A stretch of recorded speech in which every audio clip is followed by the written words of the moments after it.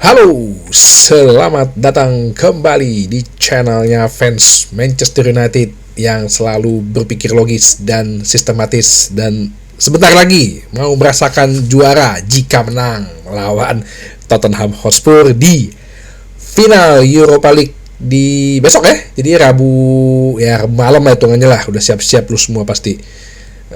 Atau Kamis pagi tanggal 22 waktu Indonesia. Gue belum tahu sih bisa reaksi pandangan mata apa enggak, soalnya banyak beberapa nih yang ngajakin gue nobar soalnya. Ya kita lihat nanti besok lah ya.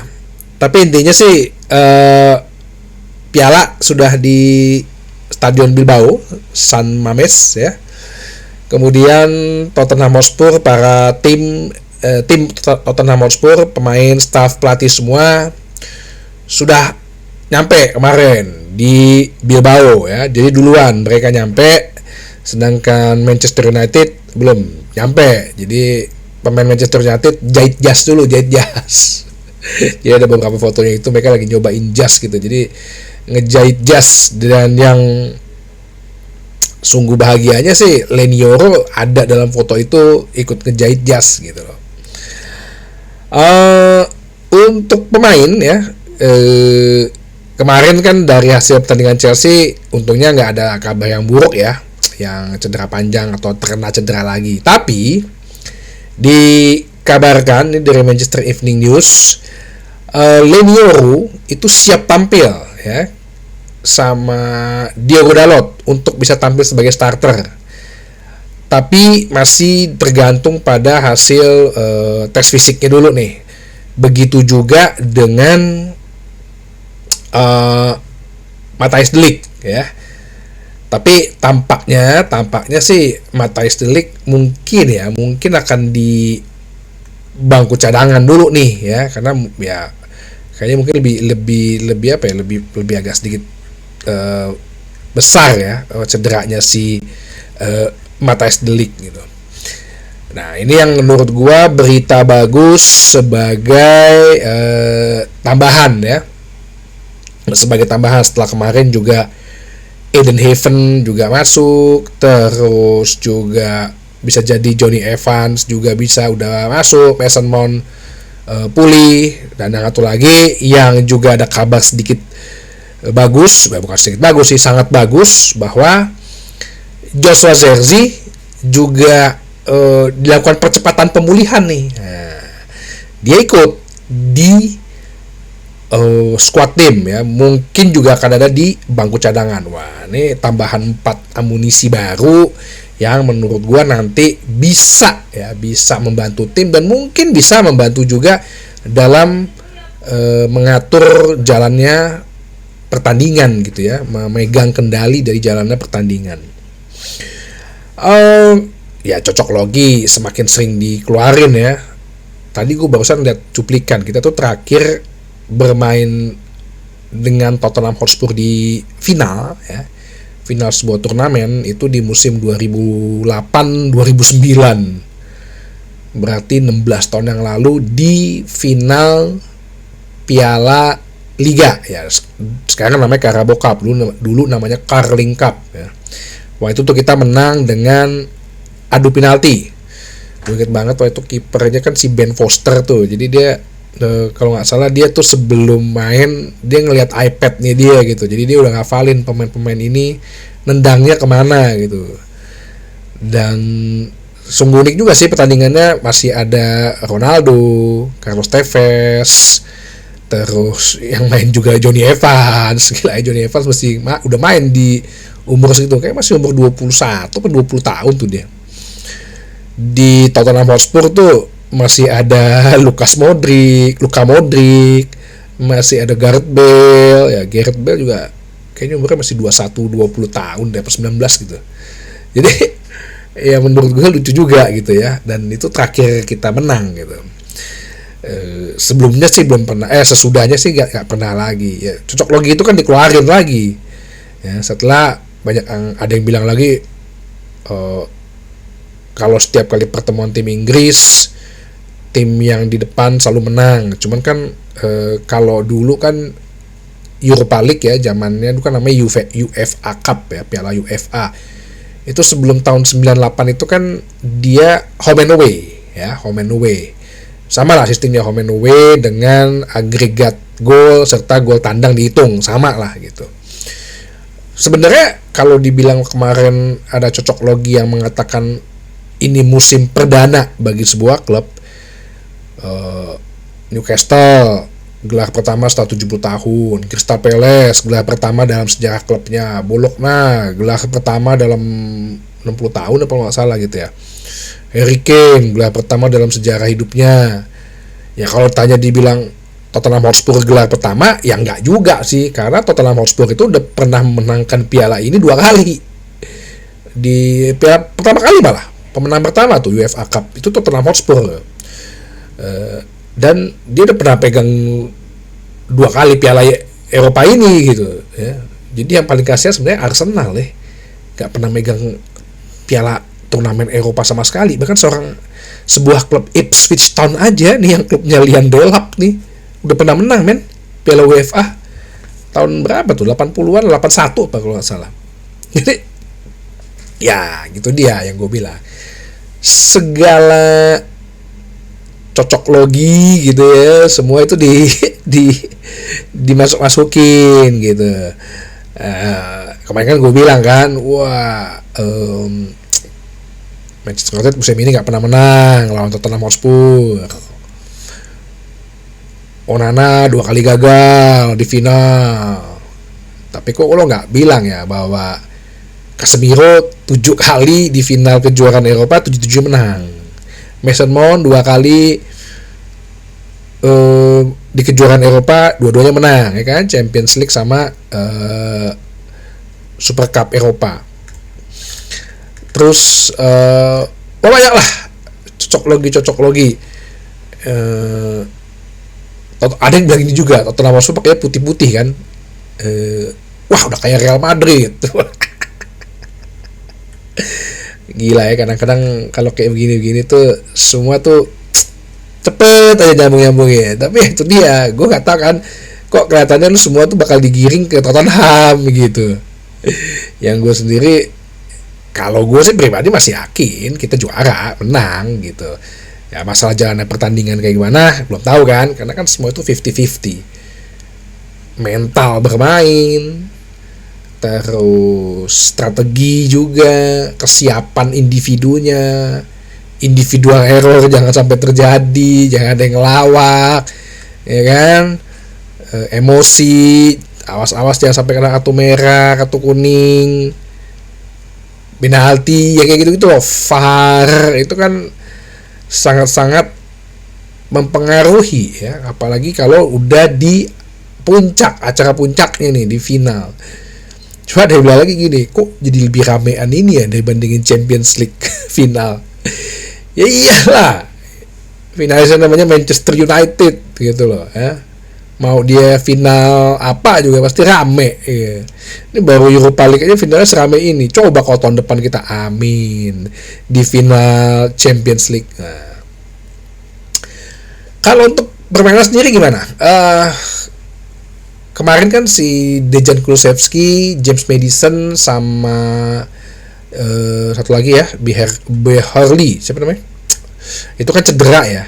Cuman tadi kemarin tuh ada videonya bahwa si James Maddison ada dalam tim gitu, dan jalannya sih biasa aja, nggak ada yang pincang gitu atau pakai tongkat gitu, enggak sih ya. Jadi ini sih bisa jadi ya, kalau menurut gua mungkin ini Cywar buat kejutan gitu loh, strategi kejutan ya. Jadi Lukas Bergali ya, Bergval, soalnya Bergali lagi kayak menggali, Lukas Bergval ya. 3 pemain itu kan pemain inti sebetulnya ya, tapi nggak harus kita anggap remeh juga, bahwa kayak Son, mungkin juga Sar, terus Mickey van de Ven, Pedro Porro, itu juga pemain-pemain yang cukup bisa dikhawatirkan lah ya, cukup pemain-pemain tangguh juga di Tottenham Hotspur gitu. Nah, kalau di Manchester United sendiri gimana? Nih dengan kembalinya tadi 4 pemain yang gue kabarkan, yang bisa jadi 2-nya bisa langsung menjadi starter. Ini ada mungkin dua skema ya, dua skema lah yang bahasanya yang bisa gue bilang, bahwa dari sisi pertahanan, nah, mungkin dari back ini bisa ada pergantian pemain ya. Salah satunya adalah gak usah deh dipasang Victor Lindelof gitu ya, kayaknya mengkhawatirkan banget orang. Itu tahun lalu 4 tahun lalu ya, iya kan, lawan Villarreal dia kan starter tuh sama Eric Bailly, hancur tuh. Kalau skema pertama menurut gua dengan 3-4-3, kiper ya pasti Andre Onana lah, udah lu gak usah bermimpi-mimpi Baindir, udah Andre Onana udah. 3 di belakangnya, kalau skemanya Lenioro itu bisa sebagai starter, dianggap tim fisik bahwa oke nih, lo bisa deh, setidaknya lo babak pertama babak kedua 60 menit lah gitu. Gue lebih percaya dengan trio back tengah kirinya si Lenioro, back tengahnya Harry Maguire, back tengah kanannya Mazraoui daripada Lindelof. Gue lebih percaya Mazraoui ya, kecuali kalau De Ligt bisa ya, cuman gue yakin sih kayaknya De Ligt jadi cadangan deh, jangan sampai nanti De Ligt ada terus si Maguire ada, ini kan tipenya hampir sama ya. Nah, ini yang gue khawatirkan, jadi lebih baik Mazraoui sebagai back tengah kanan.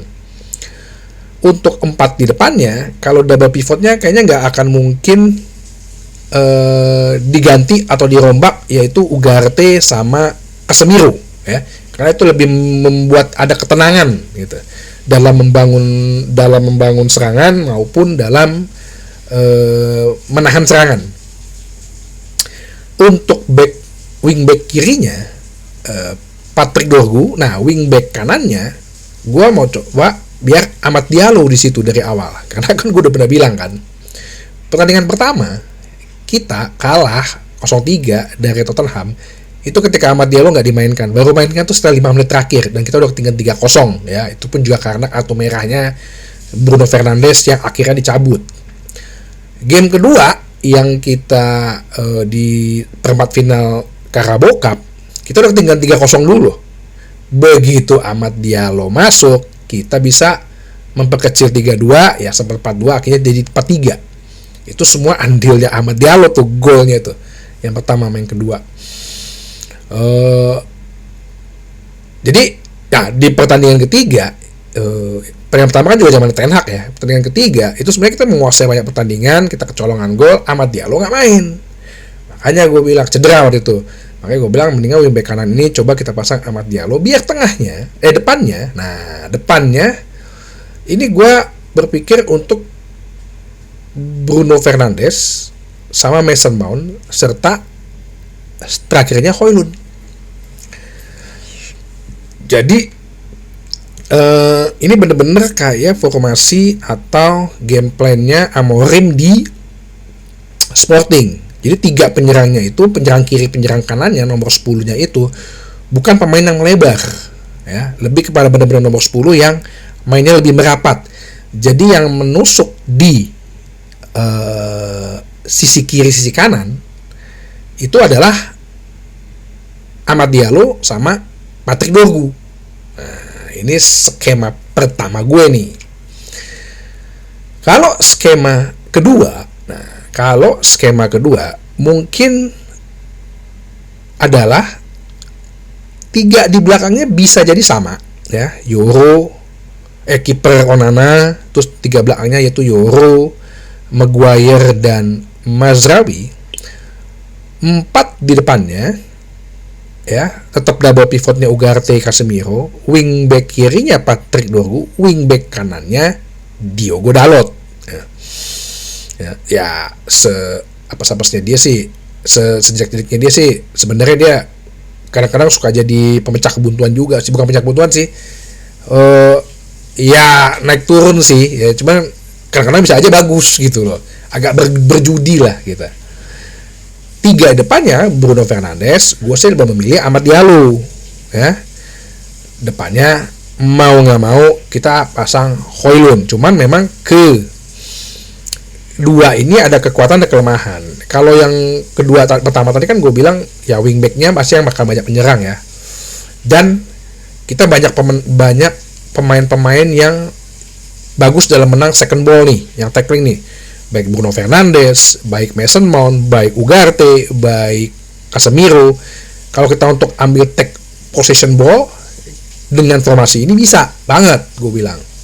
Tapi kalau dari formasi kedua, nah ini depannya takutnya agak-agak buntu dengan Amad Diallo. Kita hanya mengandalkan Amad Diallo, terisolir nggak dia?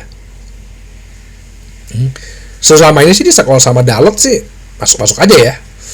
Cuman kalau kita mau nge-pressing di depan hanya mengandalkan Bruno sama Amad agak sulit karena ya Bruno sih nge-pressingnya oke. Amat sih nge-pressnya juga oke. Cuman pemenang second ball-nya selalu tuh siapa? Mason Mount. Nah ini yang gue lihat kelemahannya di situ ya. Striker ya lu mau nggak mau sih tetap harus pasang Højlund sih. Nggak lain nggak bukan ya Højlund. Kalau memang Zerzi udah bisa setidaknya fit 50% aja, kita buntu nih babak pertama sampai menit 60-70, ya udah masukinlah Zerzi yang lebih bisa megang bola, masukinlah si Mason Mount gitu misalnya ya, atau ya terakhir ya Garnacho gitu, dengan catatan sih kita jangan sampai kebobolan dulu ya.